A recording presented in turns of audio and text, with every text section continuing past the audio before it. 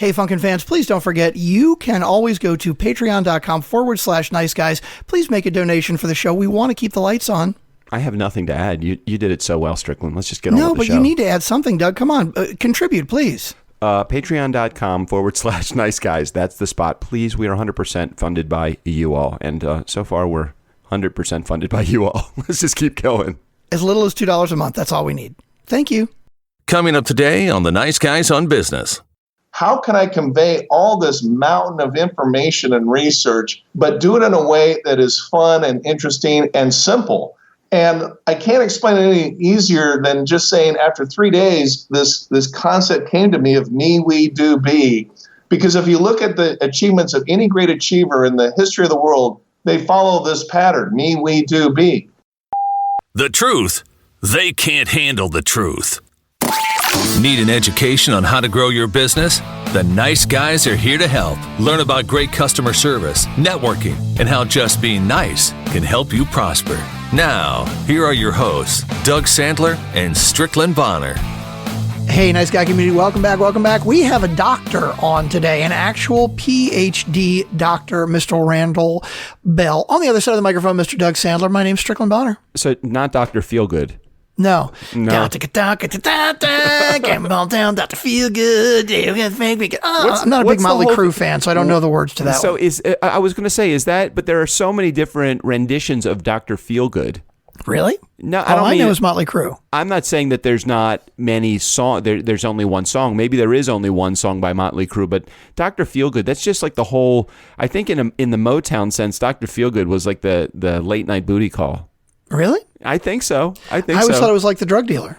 Oh, the late night drug call. Maybe it was. Maybe Motley Crue, but well, that's not anything to do with today's interview, actually. Dr. Randall Bell is actually why are we going there then? Because it's Dr. Randall Bell, and I think he's called the Master of Disaster. But I just like to refer to him as Dr. Disaster, but that's probably not appropriate. So where did Dr. Feelgood come in then? I don't know. You know me. My brain goes in so many different directions. I actually probably need a doctor. Mine is of psychology, though. Definitely. Something goes. Did you ever get like these paths that you just think down like this? Like somebody gives you a thought and then your brain just takes it in a whole different direction and you just keep running, even though they are coming back. Hey, just come back on the path. Every day. Yeah, pretty much. Pretty much every day. Especially when I'm recording podcasts with you. I'm sure. So Dr. Randall Bell, he's on our show today. He is an author. He wrote a book called Me, We, Do, Be, The Four Cornerstones of Success. He's also known as the Master of Disaster. What's great about Dr. Bell is imagine trying to determine the economic impact of a disaster. For example, I'm pretty sure that he was one of the key people in the Nicole Brown Simpson case that had to determine the economic disaster, the dollars and cents attached to this entire tragedy that unfolded. I'm pretty sure, and again, I'd have to check my facts for sure, but I'm thinking that he was involved in the case, the civil case, probably not the criminal case, although I'm not 100% sure. Maybe I should check my facts. Apparently, but and this is all kind of based on the four cornerstones of success. Me, we, do, be, right? That's his book. And it says that the principles have been validated through statistical research and university studies, but they have real world applications. And he works with, he's worked with like the World Trade Center disaster, Hurricane Katrina, the BP oil spill, and his volunteers work with at-risk teenagers and prison inmates. I mean, it's really kind of far-reaching, very interesting stuff. It's all about like statistical correlation and how what is the economic impact of a disaster. Now, it's really hard to tell. Like, what was the economic impact of the BP spill? Right. I mean, like you got to think of all the things that it affected down in the Gulf, and there's so much more than just, hey, this is what it's going to cost to clean up. I asked him, does he work on commission? He said, no, unfortunately not. I think it's on a project-by-project basis. Really interesting guy, nice guy, super nice guy. Actually, he sent me in the mail, an autographed copy after the interview of his book. Always great meeting. Another nice guy. Keep up the good work.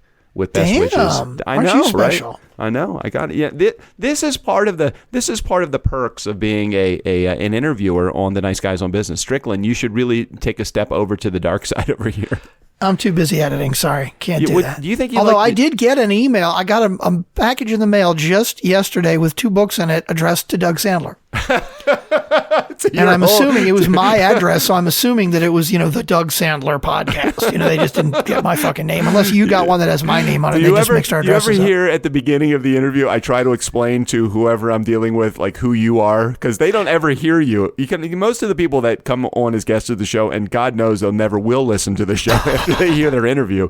But do you ever hear at the beginning when I kind of talk about, as you're editing before the part where you actually start the show? Yeah, sometimes you do that. Yeah. And I think when it's somebody that actually you think maybe listens to the show, one of the stock questions you should ask that you've asked a couple times is, right? Hey, so do you relate to me or Strickland more? Because I want people to answer, who the fuck is Strickland? That's probably a cold question that I should ask even before I start the show. Well, we talked about that. We talked about, shouldn't I ask a question? And that's probably a great question to ask, Strick. Yeah. I think you just hit on it. Before I start the interview, one of the questions should be, or maybe in the interview, where should I do it? I want to tip off the nice guy community as to whether this is somebody that actually knows, but I don't want them to feel stupid though. Yeah, that's a tough one, because that's one that it's like, if they don't listen, it's like, how do you even answer that? Right. Yeah, that's a weird one. So nice guy community, we're trying to come up with an inside question, right? Yeah, a question that sounds normal, like a regular question you would ask somebody when you're interviewing them, but that has a little inside joke built in if you are a listener of the Nice Guys community. So if they're not a listener, which, most of our interviews aren't, that they're still going to answer it normally. But if they do listen, they'll know it's a little inside joke, but we can't think of it. So if you guys want to reach out to us on Twitter at DJ Doug, or just reach out to Doug at DJ Doug. That's probably like one of that could lead into it. Who do you relate to more on social media? Or I don't know. It's got to be something like that. No, but that's not good, because they're not going to know who we are. It's got to be a question that sounds normal, but just has some little inside Nice Guys twist. I tried to come up with one with you on when we were texting the other day. I'm like, it was something like, are you all show and no grow? Or something. Yeah, but that was a little too subtle, I think. It was a little too suggestive, I think. Yeah. All right. So, so we did have an interview today, right? Yes. Dr. Bell. Randall. All right. So let's get to our interview with Dr. Randall Bell. We are the Nice Guys on Business, proudly associated with the C-Suite Radio Network. And our promise statement: to provide an experience that is entertaining and adds value to your life. Oh, that was good. I like that one. You like that? Since I changed it, I dropped the word. Oh, which word did you drop? I dropped the word that you said you wanted to drop, which was learning. Yeah, that's good. We're going to wait for Mar to rewrite this for us. Mar's going to rewrite it for us. No, let's try it one more time. Let's do that. What, promise the promise statement? Yeah. The new one or the old one? The new one. I don't want to do the old one anymore. To provide an experience that is entertaining and adds value I know what it is. I'm saying life. With Ryan's, let's do the new promise statement. That is the new promise statement. I know that. That's what I said. Let's do the new promise statement when we do Ryan's. You said the new one or the old one. I'm like, why are you talking about Friday's show? We're still trying to introduce Randall Bell. Oh, are we still here? Oh my gosh, Doug, come on. Get with the program. Wait a second. Hold on a sec. We had enough of a pause in there for you to edit the end of that intro. Are we still doing the intro? Even Mar is saying, oh my God, Doug, come on. Well, I don't even know what you're talking about. Look alive, Doug. You see, you're not even paying any attention to the chat. Wait, I missed it. Funkin' fans, this is Dr. Randall. Dr. Randall Bell. Now we got it? Now we've got it? God, I swear, in my mind, we had stopped already. Oh my God. But you never said, hey, let's get to the interview with Randall Bell. You always end with that. Okay.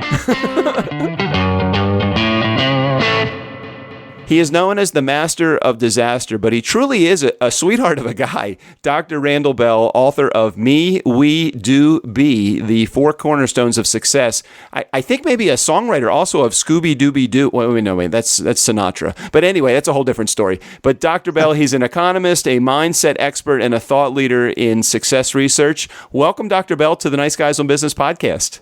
Hey, Doug, it's great to be here. Thanks. It's my pleasure. I am so excited. After I found out in very quick order that you were going to be on the show, I did a master of my own disaster, which is the research side, and I found all these cool things about you. So there are so many things for me to pick from. Where do you even want to start? Where's the best part to start a conversation with Dr. Bell? Well, a lot of people are curious about my career and what I really do. And, they hear these nicknames. The LA Times calls me the master of disaster, and the Wall Street Journal called me Dr. Disaster. And when I was profiled in People magazine, they called me the Ghostbuster, and I've never seen a ghost. So, a lot of people, Doug, are really kind of confused about what I do. But what I really do is I study disasters. But as an economist, I basically go into these sites and measure the economic impact. So I worked on like the World Trade Center and Hurricane Katrina, BP oil spill. I worked on the O.J. Simpson case, John Benet Ramsey. I've worked on hundreds of cases, and I'm behind the scenes kind of figuring out the whole mess and what the whole cost was economically. And why, maybe this is a silly question, but why is it important to measure the cost of a disaster? For example, you mentioned something that stands out the most in my mind, and that would be the O.J. Simpson trial. What is the importance of measuring the economic downturn or upturn of a disaster like that? Yeah, you got to know what they cost, because there's either insurance claims or legal claims, and ultimately, someone's going to pay for damage that they did or not pay, depending on what side of things are. But ultimately, courts don't issue apologies, and they don't issue kudos. They issue dollars. That's what it boils down to. And so someone has to compute what that dollar amount is. And in your mind, what's the most significant case that you've worked on, whether it be a celebrity case or economic or environmental disaster? What would be the case that stands out most for you?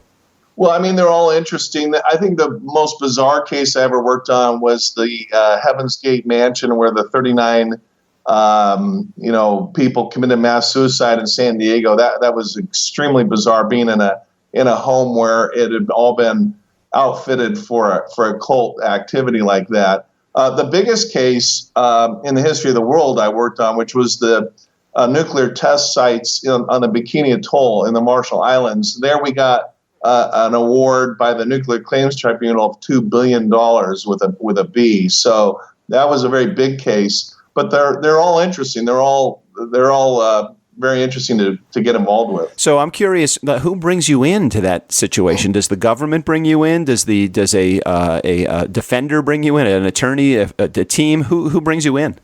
They all do. I do a lot of work for attorneys. I'm doing work for the federal government right now. I've done the work for other federal governments, like the Canadian government with a explosion up there.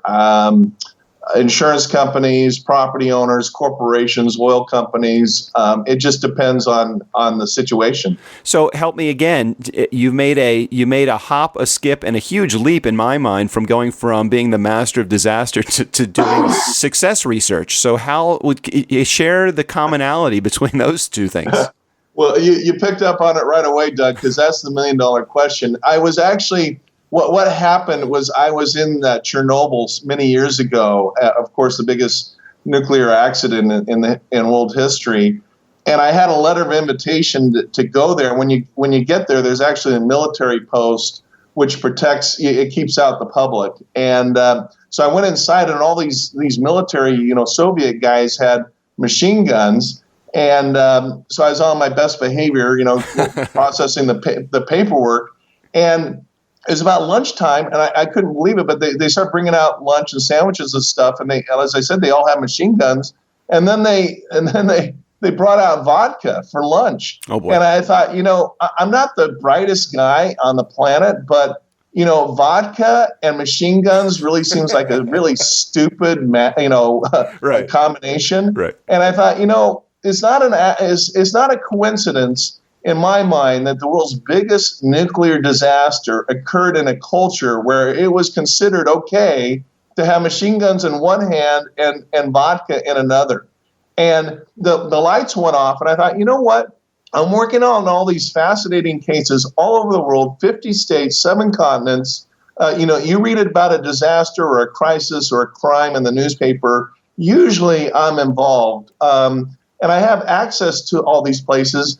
And I really want to look at the sociology. In other words, people's behaviors and how it connects with either disaster or success.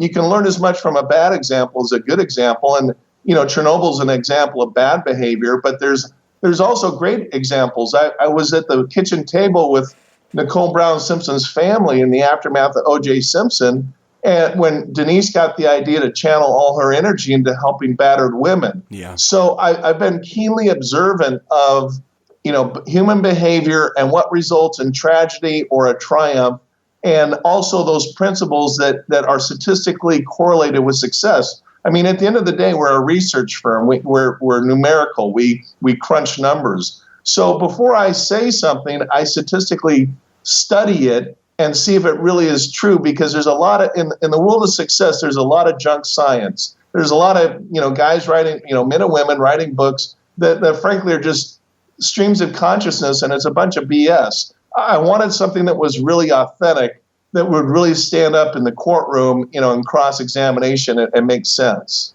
I'm beginning to get the crossover. Definitely the common bond between success and even disaster. It's a fine line between those two things. I want to ask you something. I know this is just one of those curiosity questions that people from the sidelines will think, well, Doug, why aren't you asking him this question? Because this is the one. And so I'm going to ask this question. It's almost as taboo as saying to Trump, hey, where are your tax returns? So the question that I'm going to ask you is, how do you get paid based upon that? I mean, how do you determine what a wage is? I'm not asking you how much you got paid, but how does one determine how much to pay you for doing a $2 billion assessment? Yeah, good question. It's a fair question. The answer is we're like a law firm. We just bill out by the hour. So if we work on a case for lots of hours, we send out big bills, and if it's simple, we send out small bills. It's all hourly. Interesting. I was hoping maybe you were going to tell me you work on some sort of contingency fee if you get a $2 billion. I wish. Some of those cases. What's been the case that you've put the most amount of hours into? I'd say probably the Nuclear Claims Tribunal. I worked on that case for 7 years. Oh, we did get a $2 billion verdict, but there was a lot of work for years that went into it. Right. Oh, for sure. So I want to move over to your book for a second, because I know that was the part of the premise that I was able to land this landmark interview myself.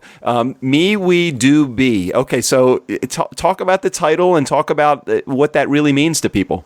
Well, I wanted a framework that was really simple. I mean, when you go in the courtroom, juries, in my mind, are very, very smart, but they're smart on other issues that I'm not smart about. But the way to connect with a jury or with an audience is by being, straightforward and honest and simple. Because, think about it. In high school, there are certain teachers I loved because I understood them, and other teachers I couldn't stand because I couldn't figure out what they were saying. And so I was looking for a framework, and I thought of, mind, body, and soul, and egos, logos, and pathos, and spiritual, financial, I forget what it is, physical, social, emotional, spiritual, something like that. Mm-hmm. There are all these different models out there, and they were good, but they were not complete. And I wanted a simple model that captured everything, that you could take any category from any library and put it into one or three or four or five categories. And this is a quest I was on for literally decades. And I had a case in Guam, of all places, which is where the Marianas Trench is. And a long story short, I unexpectedly had 3 days there that I wasn't planning on. So I went down to the beach and just sat there for 3 days, literally thinking about how can I convey all this mountain of information and research, but do it in a way that is fun and interesting and simple. And I can't explain it any easier than just saying after 3 days, this concept came to me of me, we, do, be. Because if you look at the achievements of any great achiever in the history of the world, they follow this pattern, me, we, do, be. And it was kind of a breakthrough for me. And so the book is divided into these 4 sections. Me is our mindset. It's everything we're thinking. And we is our relationships with other people. Do is productivity, taking care of our homes, our offices, our money, our health. And then B is where we're going, what we want to do in terms of setting goals and moving forward. And so, Doug, you can take any category and it will fall in with those four things. And so it's perfect. And what I love so much about the categories is that they really do fall into a lot of the things that we use as our life quest. You know, you talk about the me, and I think that you had even said this in some of your Q&A answers for me, is that me is really involved with reading, meditation, prayer. We is in the being kind, smiling, waving at neighbors, you know, the stuff that we do on an everyday basis. And you can take it to its simplest form, and you can take it to its most complex category as well. And I think that that's why the book probably is going to be so successful, is because it really does hit you on every level. Was that a thought as you were writing this thing? Yeah, absolutely. The book's taken off like a rocket. It hit #1 last week when it released on Amazon in its category, and also #1 in hot new releases. And what was so interesting, Doug, is that last week I was in New York and I'm being interviewed by the Wall Street Journal, and I was literally interviewed on the floor of the New York Stock Exchange. And, you know, trillions of dollars go through that place every day. And just Monday night, what was really a big honor for me is I was invited to speak to homeless kids on Skid Row in LA at the Union Rescue Mission. And I'll tell you, Wall Street and the Union Rescue Mission have one thing in common. They're not interested in junk science theories. They want real stuff that produces real results, because they got real serious situations. One's an extremely rich situation, one's an extremely poor situation, but they need authentic information, they need authentic principles. So it was a great compliment to me as an author to take this book, which I've worked on for 25 years, and in the space of 1 week of the book being released, being invited to those two venues and lots of places in between. And I love what you said a little bit earlier as you were beginning to describe the book and the people that would be involved in your industry, which are fun, interesting, simple. You know, it's something that every economist really is, right?